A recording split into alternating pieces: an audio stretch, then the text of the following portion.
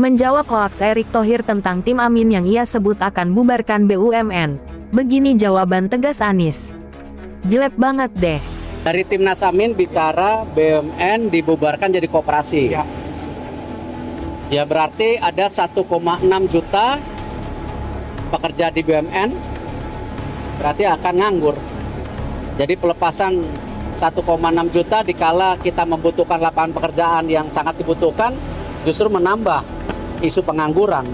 Saya lihat juga di sosmed nih Pak Anies nih lagi dibilang Pak Anies lewat Timnasnya pengen menghapus BUMN dan mengganti dengan koperasi kalau menang. Ya ini sepertinya ada yang perlu diluruskan nih Pak Anies nih. Bahkan sudah diberikan statement sambutan dari yang bersangkutan gitu. Bertanya, kalau BUMN dihapus, gimana nanti pegawainya? Gimana jutaan pegawainya? Silakan diluruskan Pak. Ini hoax atau benar nih kira-kira?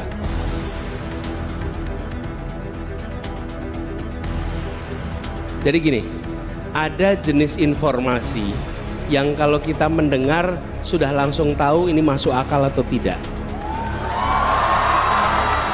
Oke.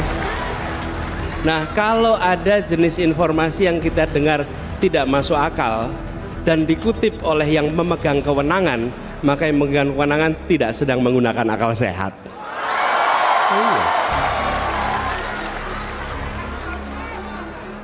Kan kira-kira mana mungkin BUMN dihapus, mana mungkin. Jadi ketika kemudian itu malah Pak Menterinya yang ngomong, loh Pak Menterinya memang nggak berpikir kritis gitu. Di mana critical thinkingnya gitu kira-kira. Ini sebelum ngomong soal substansinya ya. Jadi ketika mendengar informasi itu kita bisa nakar, oh ini masuk akal atau tidak gitu. Ini jelas tidak masuk akal. Nah, apa yang terjadi? Malah justru harus ditata ulang. Kelihatannya BUMN kita ini sudah banyak yang mengalami problem yang terlalu besar. Kita nggak usah bahas di sini problemnya. Nanti kita mengalami penambahan pikiran. Tapi yang saya ingin sampaikan bahwa itu tidak benar, itu fitnah dan fitnah yang tidak masuk akal. Kemudian kami ingin tegaskan, BUMN ke depan adalah BUMN yang menjalankan fungsi negara. Negara itu punya dua tangan. Satu namanya birokrasi, satu namanya korporasi. Yang disebut birokrasi itu kementerian, dinas, badan, itu birokrasi. Yang kedua namanya korporasi, BUMN, BUMD. Okay? Dua-duanya punya tugas melakukan pembangunan. Jadi badan usaha milik negara jangan dipandang sebagai badan mencari untung bagi negara. Negara tidak bekerja mencari untung. Saya tadi malam katakan negara tidak berdagang dengan rakyatnya. Oke? Jadi dia menjalankan fungsi pembangunan. Nah, ada jenis-jenis kegiatan yang kalau dikerjakan pakai birokrasi sulit. Lebih mudah bila dikerjakan lewat korporasi. Saya beri contoh, kami di Jakarta mengelola kendaraan umum. Bisa dikelola pakai dinas perhubungan, bisa. Tapi kalau pakai dinas perhubungan ada ketentuan regulasi yang rumit. Kalau belanja pencatatan aset rumit sekali, aset negara. Mau melepas aset rumit sekali. Mau merekrut orang rumit. Mau mengganti orang rumit. Kenapa? Karena itu adalah pegangan birokrasi.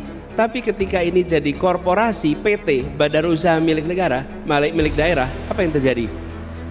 Belanja mudah, membuat kontrak mudah, melakukan rekrutmen dan pemberhentian mudah, ada kelenturan korporasi.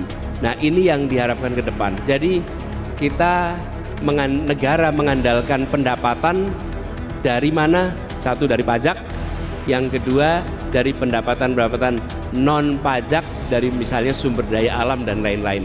Tetapi badan usaha milik negara bukan diarahkan untuk mencari keuntungan, tapi diarahkan untuk menjalankan fungsi pembangunan yang baik kalau punya untung, tapi bukan sebagai prioritas nomor 1. Gitu kira-kira.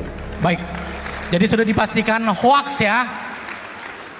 Aduh, katanya survei tinggi, kok sebar hoax, yang bener aja, rugi dong.